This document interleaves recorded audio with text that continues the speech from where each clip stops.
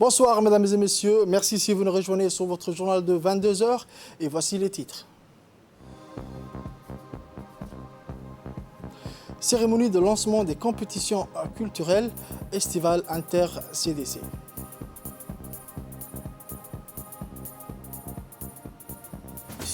Sport, le surf et le skateboard, nouvelle discipline officielle aux Jeux Olympiques 2021.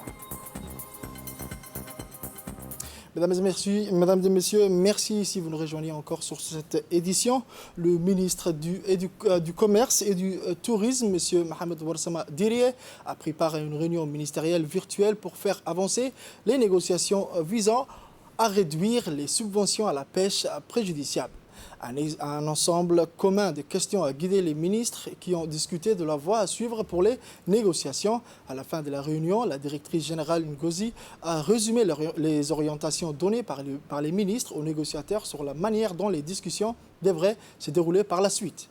Les deux premières séances organisées selon les fuseaux horaires des membres ont été consacrées aux réponses des ministres aux questions que la directrice générale et monsieur l'ambassadeur, monsieur Wills, avaient fait distribuer aux délégations au préalable. Les ministres ont fait des interventions de 3 minutes après les observations liminaires de la DG et le rapport du président des négociations sur les subventions à la pêche, monsieur l'ambassadeur Wills. À la fin de la réunion, monsieur l'ambassadeur a résumé sous sa propre responsabilité les points discutés par les ministres. La directrice générale a fait une déclaration finale sur sa propre responsabilité, résumant les orientations que les ministres ont données aux négociateurs sur la manière dont les discussions devraient se dérouler par la suite. Autre actualité, le Centre de développement communautaire du quartier 5 a abrité jeudi soir la cérémonie de lancement des compétitions culturelles estivales inter-CDC, très attendue par la jeunesse. À son arrivée dans l'enceinte du CDC, la ministre de la Jeunesse et de la Culture, Dr Hibo Momin Assowe, accompagnée du ministre de la Santé, Dr Ahmed Roble Abdille, et la représentante de l'UNICEF à Djibouti, Mme Melva Johnson, étaient accueillis par un standing ovation qui en disait long sur l'enthousiasme d'une jeunesse fière de voir enfin un ministère dédié entièrement à elle dont les nouvelles attributions fondent grands espoirs d'épanouissement en sa faveur. Les participants, les responsables et les hautes personnalités présentes sur place ont assisté au défilé de groupes de jeunes filles et garçons en costume traditionnel sous la conduite de leurs directrices et directeurs respectifs représentant les différentes CDC de la capitale en lice pour ces compétitions culturelles estivales inter-CDC. Sont aussi une série de chansons modernes musicales en langue nationale entonnées par les grandes stars adulées vedettes de la chanson djiboutienne telles que Guessaud, Abaïzid, etc. Aux animations musicales au rythme desquelles ont vibré les jeunes sur place, ont suivi un sketch et une pièce humoristique, tous deux portant sur la sensibilisation à la prévention telle que le respect des gestes barrières, surtout un appel pressant et urgent à la vaccination.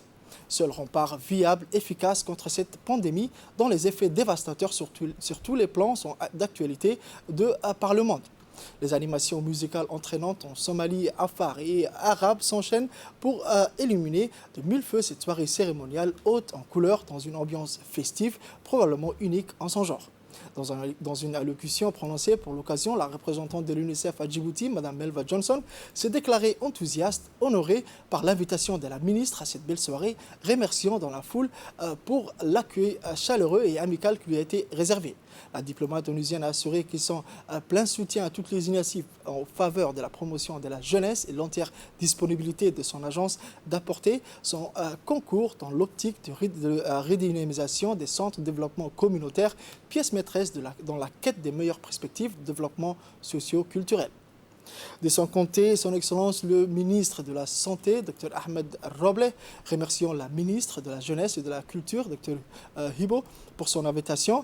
Saluons vivement aussi les centaines de jeunes présents dans ce CDC. Le ministre de la Santé, Dr Ahmed, s'est dit épaté par cette soirée que lui procure de la fraîcheur et lui donne une nouvelle jouvence.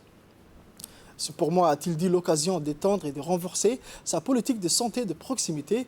Dr Ahmed Roble a pour l'occasion aussi appelé pour une vaccination urgente, car selon lui, seul le vaccin peut protéger sûrement contre cette épidémie virale. D'autant plus que les variantes Delta et sud-africaines plus virulentes et tueuses nous guettent, sévissent déjà les pays limitrophes. Enfin, pour sa part, la ministre de la Jeunesse et de la Culture, son Excellence Dr Hibo Moumen Assowe, entourée de ses proches collaborateurs, s'est félicitée de l'organisation de cet événement de lancement de compétitions culturelles. Écoutons la ministre. Donc, nous voici réunis ici au sein du CDC de Carte 5 pour le lancement des activités de l'été 2021.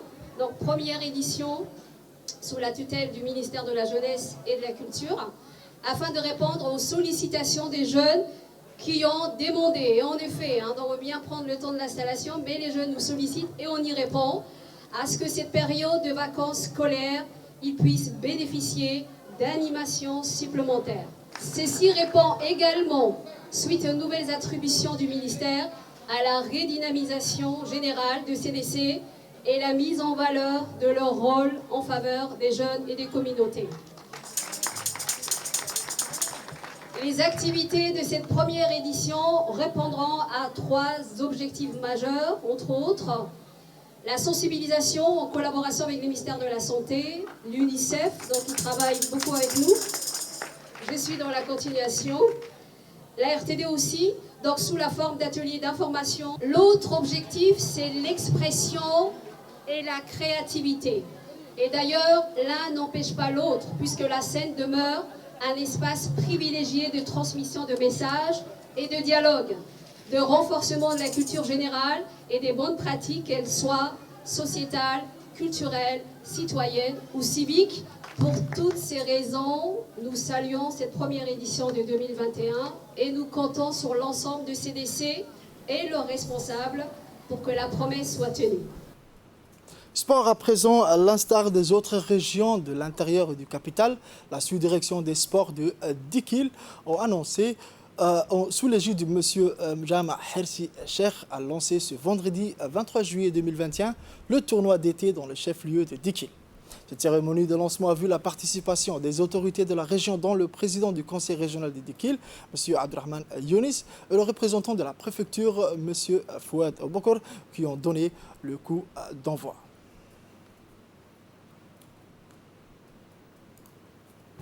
Sport toujours, les différentes associations sportives concernées ont donné le coup d'envoi de ces manifestations qui dureront 1 mois, soit à la fin de l'été, sous la houlette du secrétariat d'État chargé des sports. Ces événements ont vu la participation des responsables du secrétariat d'État chargé des sports, des autorités régionales, civiles comme militaires, mais surtout de la population en liesse. Assaguela, héritant d'un calendrier plus chargé, a ouvert en premier le bal. C'est sous un ciel nuageux que les 2 meilleures équipes de la localité ont produit un football alléchant et prometteur sous les acclamations des supporters avant de clôturer la journée pour une belle partie de volleyball entre les civils et militaires et surtout le sport traditionnel. Même son de cloche à Randa, où FC Adaitoli faisait respecter son rang en venant difficilement à bout de son adversaire du jour au tir au but. Pour rappel, l'organisation des tournois sportifs a pour objectif de promouvoir la pratique sportive dans le pays et surtout dans les régions de l'intérieur afin de favoriser l'épanouissement des jeunes. Ce genre d'initiative est de nature à faire émerger de nouveaux talents, répondre aux besoins et attentes des jeunes, notamment dans le champ des activités physiques et sportives. Hier a marqué le début officiel des Jeux Olympiques avec la traditionnelle cérémonie d'ouverture. L'ensemble des délégations sportives représentant chacune son pays défilaient dans la joie et particulièrement dans un esprit d'unité et d'appartenance à la grande famille olympique. Cette cérémonie se déroule dans le strict respect des mesures et consignes sanitaires liées au Covid-19. La délégation djiboutienne est représentée par le judo et avec le porte-drapeau, le judoka Aden Alexandre Hussein, qui a gagné 2 médailles de bronze au championnat d'Afrique, une médaille de bronze aux Jeux africains, une médaille d'argent à l'Open de Dakar et une médaille d'or à l'Open de judo de Yaoundé, rien qu'en 2019-2020. ces judokas élites et l'avenir du sport djiboutien. Et tous nos souhaits de réussite pour ce jeune Djiboutien qui est toujours affamé des victoires et qui compte inscrire Djibouti dans la cour des grandes nations de sport mondial. Le secrétaire d'État chargé des sports, Hassan Mohamed Kamil, et la présidente du comité national olympique et sportif djiboutien, Mme Aïcha Garad, sont avec la délégation djiboutienne pour la soutenir et l'encourager. Le reste de la délégation djiboutienne, notamment l'athlétisme et la natation, rejoindront Tokyo dans 4 jours, et ce, conformément au début de leur compétition sportive. À noter que Mme Aïcha Garad participe aux sessions du CIO. Les autres membres de la délégation en leur réunion, à savoir la présidente par intérim et le secrétaire général. Actualité internationale à présent, la Tunisie a reçu jeudi de la France plus d'un demi-million de vaccins ainsi que de l'oxygène, dernier don en date à ce pays éprouvé par la pandémie du Covid-19. Au total, Paris a fourni 624 000 doses de vaccins AstraZeneca, dont 324 000 via l'initiative COVAX, auxquelles s'ajouteront incessamment 500 000 doses de vaccins monodose Johnson face à la Covid-19.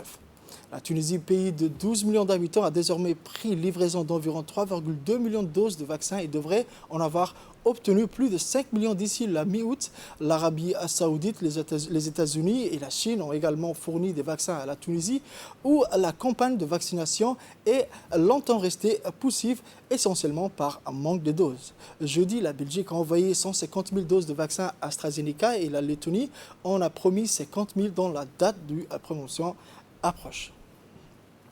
C'est tout pour cette édition de 22h. Merci de nous avoir suivis. Restez avec nous pour la suite du programme.